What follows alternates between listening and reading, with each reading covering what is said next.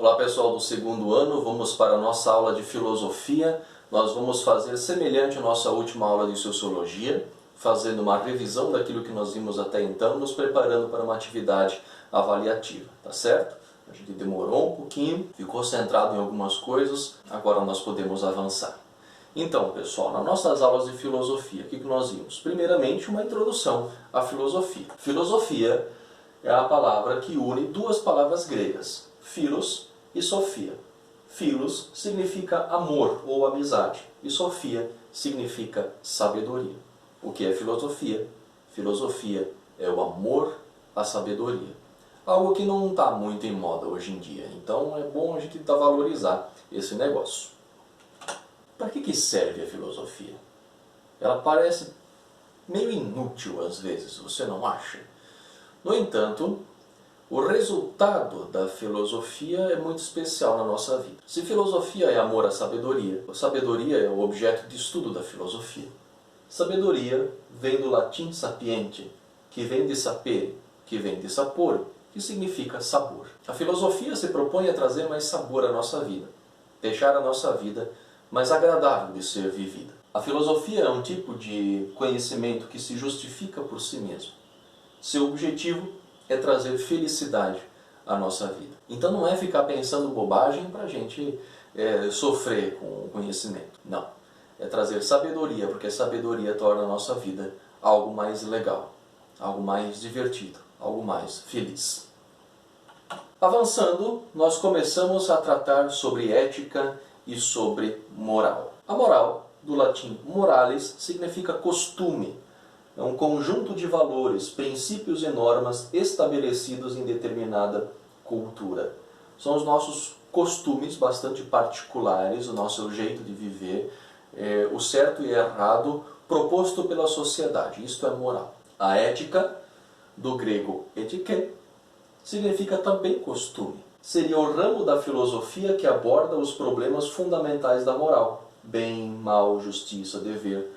Nós podemos dizer que a moral é a prática e a ética é a reflexão, é a teoria. No entanto, as duas palavras significam basicamente a mesma coisa. Então não tem muita diferença. Mas se alguém perguntar, você diz a moral é a prática, a ética é a teoria. Tá certo? Lembra que nós falamos do dilema do trem? Está aqui um exemplo por que a ética é importante. No dilema do trem, nós temos duas opções. Aqui nós temos 5 pessoas amarradas ao trilho de trem. Você pode empurrar um gordinho lá de cima que vai travar o trem. Ou aqui, outra figura, nós temos 5 pessoas que vão morrer ali, mas se você puxar a alavanca, só uma morre. Foi muito interessante o exercício que nós fizemos, vocês perceberam isso. Algumas pessoas puxariam a alavanca para matar uma ao invés de 5. Ainda é promover a morte de alguém. No entanto, poucas pessoas empurrariam uma pessoa aqui de cima para travar o trem, porque isso envolve usar as mãos. Por que uma coisa é assassinato e a outra não? Esse é o exercício da ética, refletir sobre essas coisas. Refletir a respeito daquilo que é bom e daquilo que é mal.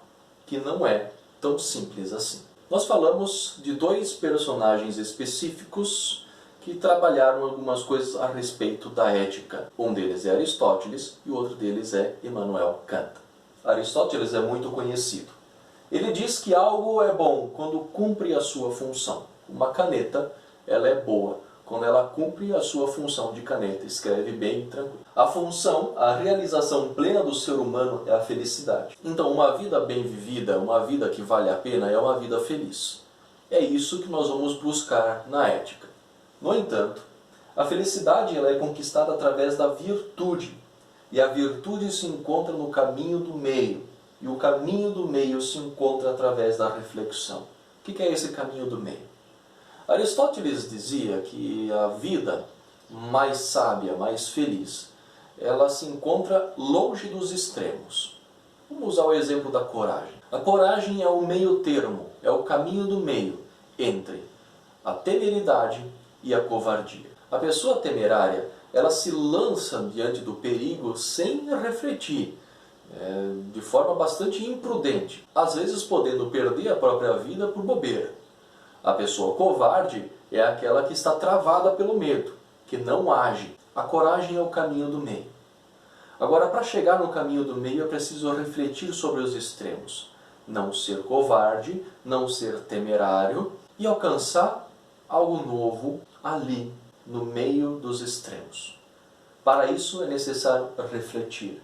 O caminho do meio se encontra através da reflexão e por isso a felicidade para Aristóteles ela só é possível através do uso da razão.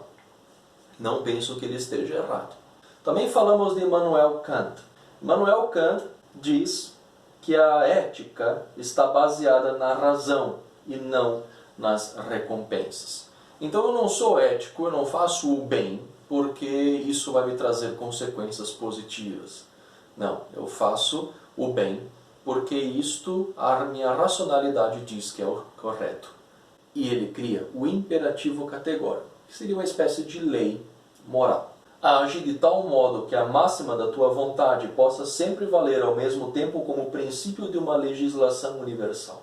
O que Kant quer dizer com isso é que as tuas vontades, o teu desejo, aquilo que você quer fazer, deveria valer naquele instante como uma lei universal, ou seja, a tua ação deveria ser algo que todo mundo no mundo inteiro poderia fazer e seria ainda o certo. Porque às vezes nós temos vontades muito particulares, é coisa do momento. Mas será que aquele desejo, aquela vontade deveria ser feita, realizada por todo mundo no mundo inteiro?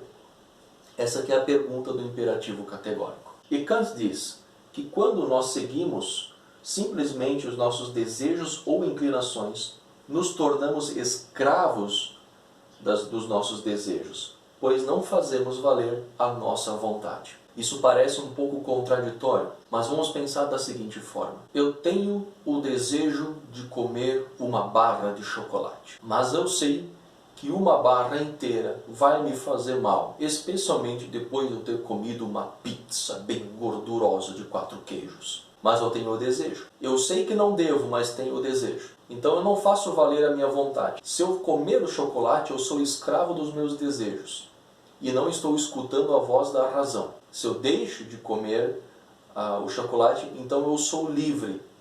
Não sou escravo dos meus desejos, mas sou livre para seguir o uso da minha razão. O que também é uma proposição bastante interessante de Immanuel Kant. Outra coisa sobre ética que nós vimos rapidamente na nossa aula é a ética utilitarista, chamada de utilitarismo. As ações são meios para promover o bem-estar geral.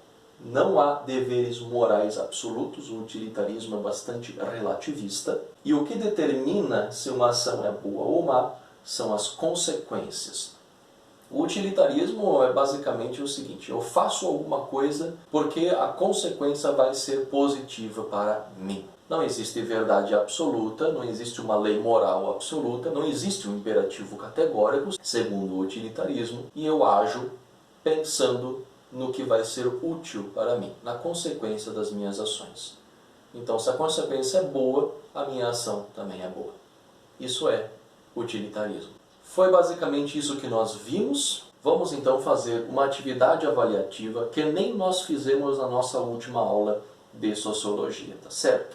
O que eu quero é que você tenha a sua apostila. Então faça os exercícios da página 8, questões 1, 2 e 3. E faça também a tarefa na página 9 e 10, questões 1 e 2.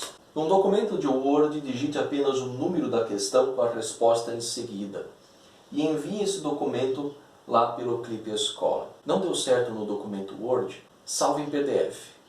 Tá? Em últimos casos, se não der certo o PDF, bate uma foto. Mas eu tenho preferência pelo PDF, tá?